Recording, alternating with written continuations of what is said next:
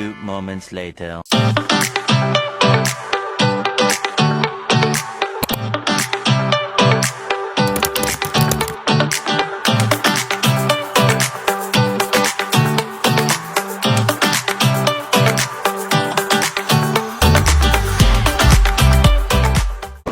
Assalamualaikum warahmatullahi wabarakatuh. Jadi kami dari kelompok 8 akan membahas tentang isu gempa megatrust dengan saya sebagai host yaitu Kasrian Galabagis dari absen 8 serta akan mewawancarai narasumber yaitu Saya Muhammad Fatani dari absen 5. Saya sebagai narasumber Sekretariat Pamungkas dari absen 31.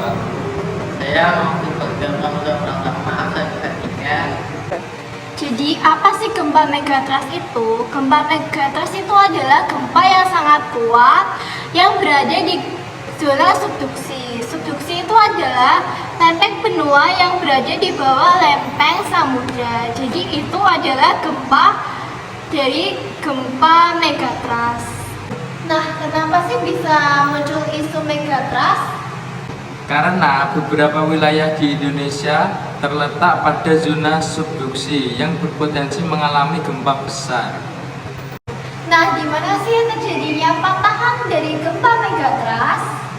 Patahan gempa megatrust terjadi pada beberapa wilayah yaitu Barat Sumatera, Selatan Jawa, Bali, Nusa Tenggara, dan Selat Sunda juga beresiko.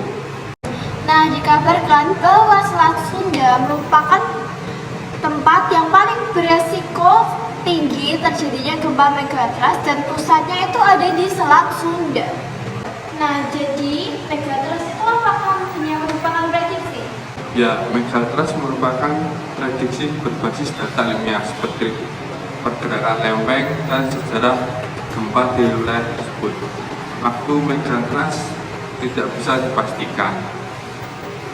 Oh, begitu ya. Nah, berarti apa sih faktor terjadinya gempa megatrust itu? Megatrust terjadi karena adanya pergerakan lempeng tektonik dan menyebabkan energi gempa yang besar. Oh, jadi seperti itu faktornya. Lalu, kalau megatrust terjadi, apa sih dampaknya? Dampak dari megatrust yaitu terjadinya tsunami dan bangunan-bangunan di sekitar itu menjadi hancur dan disertai banyaknya korban jiwa. Nah, kapan sih terjadinya megatrust itu? Nah, kita tuh belum bisa tahu kapan terjadi megatrust. Itu tuh hanya prediksi, tapi kemungkinan di masa depan akan terjadi megatrust karena ada ciri-cirinya. Nah, berapa sih kekuatan dari gempa megatrust itu?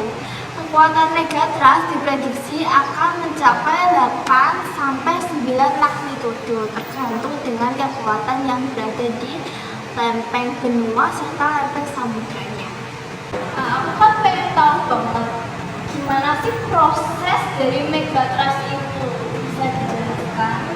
Gempa megatrust terjadi karena lempeng samudra bergerak di bawah lempeng benua yang menyebabkan tekanan di zona subduksi.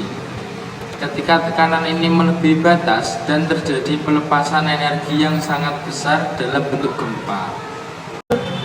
Jadi seperti itu ya proses dari terjadinya gempa megatrust. Nah, berikutnya bagaimana sih cara mitigasi jika terjadi gempa megatrust? Mitigasi meliputi penguatan bangunan lahan gempa, pembuatan jalur evakuasi, dan pemasangan sistem peringatan dini gempa.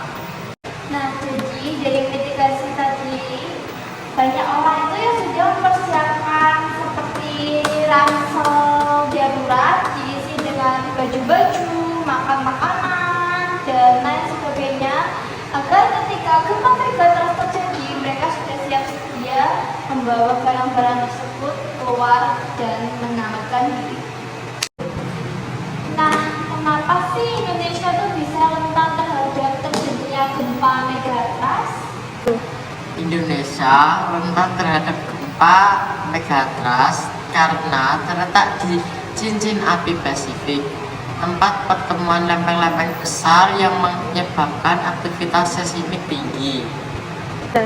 Oh, jadi ternyata karena berada di cincin api Pasifik. Nah, berikutnya, kenapa Indonesia menjadi ancaman serius ketika terjadi gempa megatrust? Gempa megatrust menjadi ancaman serius karena besarnya kekuatan yang dilepaskan serta resiko tsunami yang menyertainya. Nah, jadi kalian tuh pasti bertanya, apa sih bedanya dari gempa biasa dengan gempa megatrust? Gempa megatrust itu yang mempunyai kekuatan lebih besar, sedangkan gempa biasa itu ya kekuatannya kecil biasa seperti gempa biasa. Nah, jadi sekian podcast dari kami tentang isu megatrust yang terjadi akhir-akhir ini. Itu adalah semua materi yang kita rangkum dari data-data yang kita dapat. Lalu jika ada salah, kita mohon maaf yang sebesar-besarnya. Wassalamualaikum warahmatullahi wabarakatuh. Terima kasih.